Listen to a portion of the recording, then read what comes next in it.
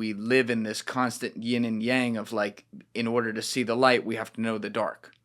So how does something like that exist if it's just, how does something like that not have a purpose if it's just sent here to exist, as if it's, I don't know, a video game? But you even thinking it's a video game, I don't even think it has as much of as a purpose as a video game. It just happened. Yeah. I don't know. That's like one of those that keeps me up at night, is obviously as a complete non-physicist, but thinking about like how this could have happened. You know, if you look directly at like Lawrence Krauss's theory, where it's like, well, it just came from nothing. Like there was nothing that existed, and then something happened and it existed. It's like, okay, but we can't even picture what nothing looks like. That's right. You know what I mean? Right. Because That's like right. if you think of nothing, you think of an empty room, which is something. That's right. When you want to think of nothing, you don't even have a notion of space. And then you don't even have a notion of time. Right. So you can't even say, and then something happened, because in saying, and then, it means that you switch on your clock. Yes. And you began with something. That's right. Effectively. Space is something, though. Space is something. Yes. Space is something, yeah. Yeah. Dust is something. Anything is something. There's Everything nothing. is There's something, technically nothing that's nothing. That's unless right. it's in. That's right. Even the idea. I mean, if you want to get real meta, even the idea of nothing is nothing. It's Like- something. It's something. It's something. It's Yes. fucking crazy to me. But you know, I just don't know. I think religions make a lot of assumptions on things, and so I don't personally ascribe to anything, but I'm open-minded on you know, whether or not there's things that have been passed down that could be rooted in some truth or found out from something beyond our current understanding. But it's like, I don't know how something this perfect, not just our Earth, not just our little solar system here and our galaxy, but everything that could be beyond that to comprise the universe, that is so mathematically improbably lined up to just the right tick that it works and things can exist. I don't know how that science couldn't come from some form of a creator. Now, whether or not that's like God as people look at it in religions, or like just some other being. Maybe it's like the movie Men in Black, the ending, where suddenly like it's just a marble ball in the middle of all of it and there's just a guy playing with it. I don't know. But to me, I still can't conceive of a scenario where there's not like some puppet master over the top that made it work. We don't like being just a random anomaly. It doesn't. Right. It doesn't work in my head. Yeah, we don't like it. It bruises our ego. Maybe that's what it is. We don't know. Does that ever affect like how you look at your life itself? Because like you seem so happy-go-lucky and like you love learning, you love working on your research, like have such a good attitude about things. But if your research pointed to there really was no purpose, we're just a mathematical anomaly, like would that change your outlook? So I certainly don't think there's any purpose. There's no purpose of us being there. But that's why our purpose is for us to understand why we're there. I don't think we've been created because we have a purpose in itself. I do think we're just a random anomaly. We know us as individual. We're just an accident. And if you hadn't been you would have been someone a little bit different than you. And it's not like anyone decided to create you exactly the way you are. Of course, you are perfect. That's great. But no one came down and designed you in the outset. You would have been slightly different. If They messed up some things in the design. I got some complaints to put in. Okay, next time they'll try better. So we are all accidents in one way or another. Maybe I misunderstood the very beginning of that though. But you're saying we don't have a purpose here, but like, I forget how you put it, but I'm trying to find our purpose. So how does that even work? No, I don't think I, as a human, or the Earth, or the galaxy, or the universe has been created with a purpose. But that's why us as human, we like to give ourselves purpose. And my purpose, my self-inflicted purpose, is to try to understand where we come from, try to make sense of all of this. But I don't think anyone set us up because we had a particular purpose. I I do personally think we are all accidents in one way or another, but they are happy accidents, and so that's a good thing. But the fact that we are an accident doesn't explain it. There's still something to understand. It still did happen. There's a lot of other things that could have happened and they haven't. And there's a lot of other things I can imagine that can, in fact, never happen. So the fact that... Like what? Well, there's other structures of reality where I know that they don't work. I can come up with theories, they simply wouldn't work. The things are in a particular way, and I could have imagined that would have been in a very different way, and that wouldn't have worked. Why do we experience life though with its highs and lows though? I mean, this is getting really meta, and it's kind of impossible to answer, but I do enjoy like having these philosophical conversations. Like, we live on an earth, you said it's a happy accident, and if that's the case, like, I would agree, it is a happy accident. But we live in a world where there is good and evil. Not everything's all happy, right? Like, every day it's on different scales. Somewhere in the world right now, someone was sold into slavery. That's way worse than me stubbing my toe, right? But it's all on the same level of, like, those are net negative things. One is just way more negative. But, like, we live in this constant yin and yang of, like, in order to see the light, we have to know the dark. So how does something like that exist if it's just... How does something like that not have a purpose if it's just sent here to exist, as if it's, I don't know, a video game?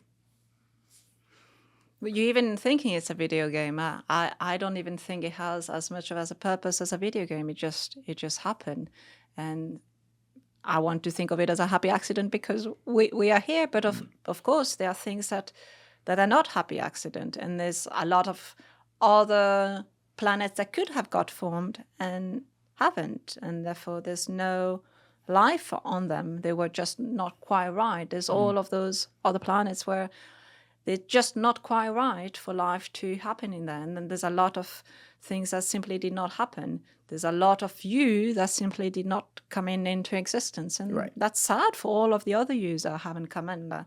But it doesn't mean that you were created just the way you are because there was a purpose in you. Maybe there were, but I don't think so myself. Yeah, you don't have science to prove that right now. I don't. That's right. I don't have science to prove that.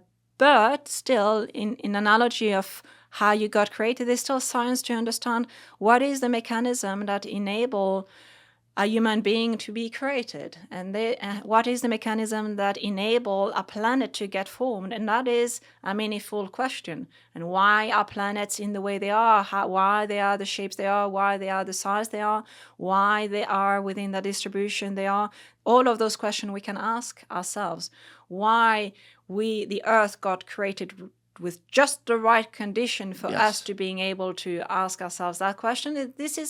This becomes more of a philosophical question, because if it hadn't been just right, we wouldn't have asked ourselves that question. And if all the planets would have been slightly different, but life was still possible in them, we would have thought that's the only possibility. But maybe it's not. Maybe we're just asking ourselves questions based on what we are experiencing, and that's not all the possibilities.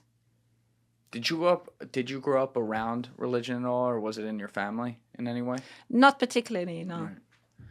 But I grew up among quite different way of thinking, and people thinking our place on Earth as human was quite different, and different cultures think differently, in fact, in what our purpose is and how we should help each other, and what the role of the societies are. Some of them are much more rooted around a core, and some of them are much more individual. And I think that is also affecting how we think of ourselves as a purpose. Is it the purpose as us as individual? Is it as a family? Is it as a society? Is it as a whole civilization on Earth? That has many different meanings. I agree. I think that's a great point. Like, if you look at some of these, this is an extreme example, but if you look at some people on the Earth who still live off the map, think of like the uncontacted tribes or something like that. They, at a root level, in their communities of 150 to 200 people, sometimes things like that, just random round numbers, it's like they rely on each other for survival every day and for being able to put food on the table, and I mean that at the base level, living off the map, away from resources, not knowing the things that we have access to.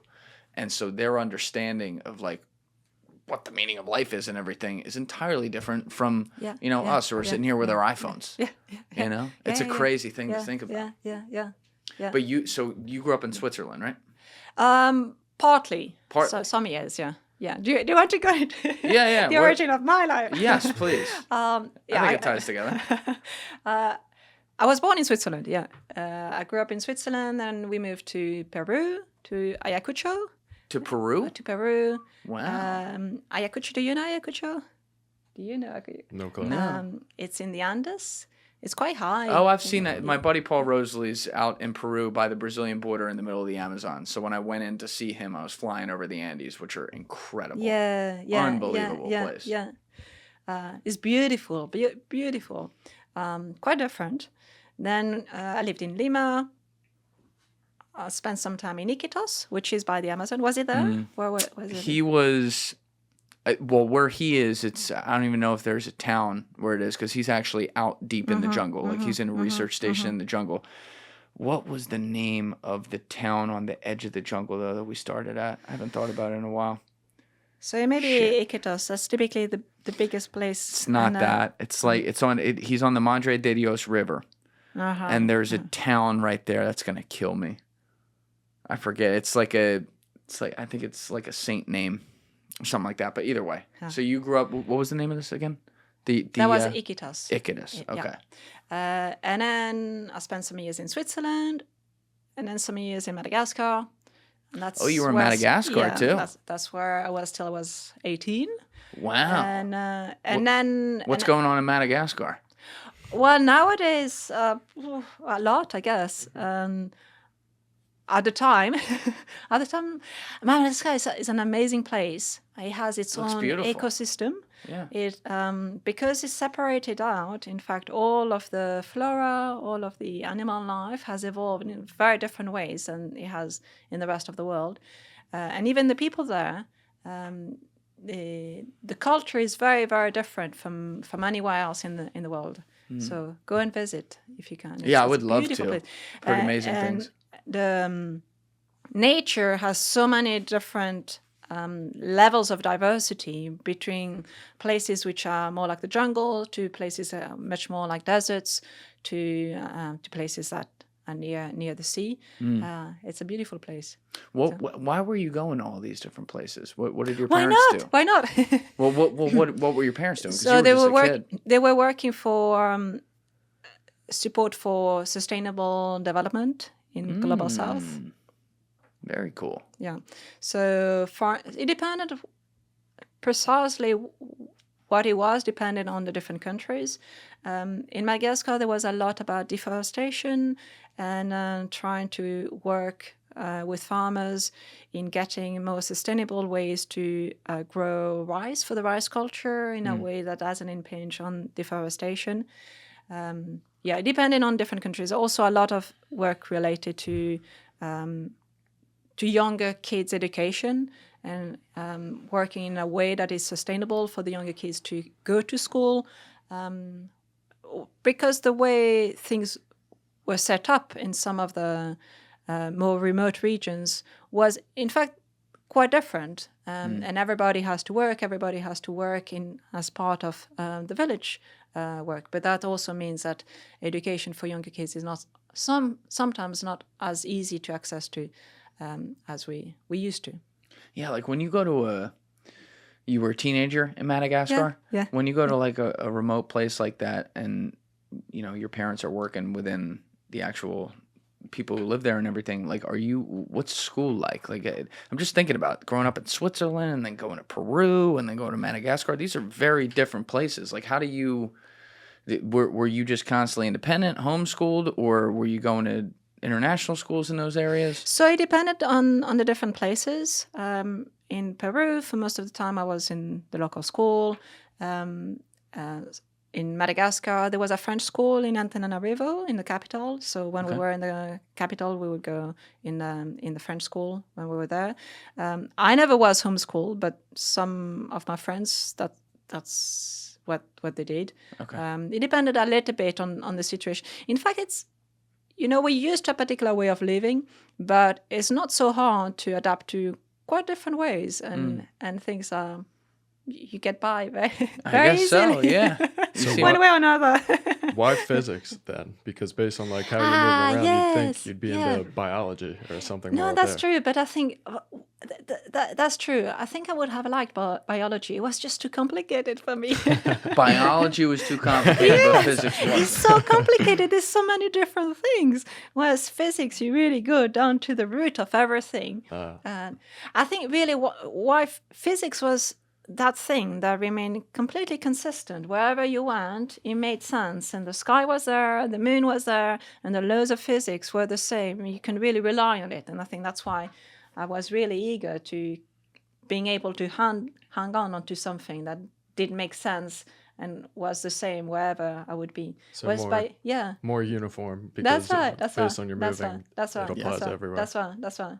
That's right. Makes sense. So by Yeah, the time you were applying to university Yeah. as a teenager, you Yeah. knew you wanted to go towards physics. Yeah. And you still love it all these years later. That's pretty cool. Yeah. I love it. I love it.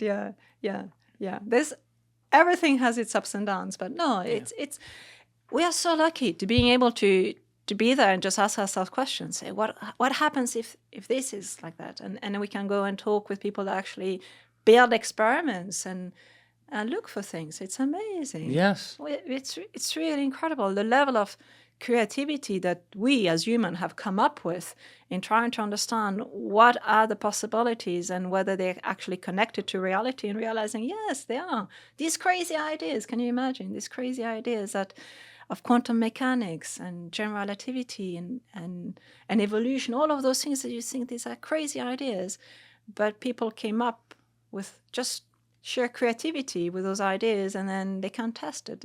It's incredible. And expand upon it. Expand upon. That's right. Push them further. Thank you guys for checking out this clip. If you haven't already subscribed, please subscribe and hit the like button on this video. It is a huge, huge help. And if you'd like to check out this clip's full podcast episode, that link is in the description below or right here. And finally, you can follow me on Instagram and X by using the links in my description below.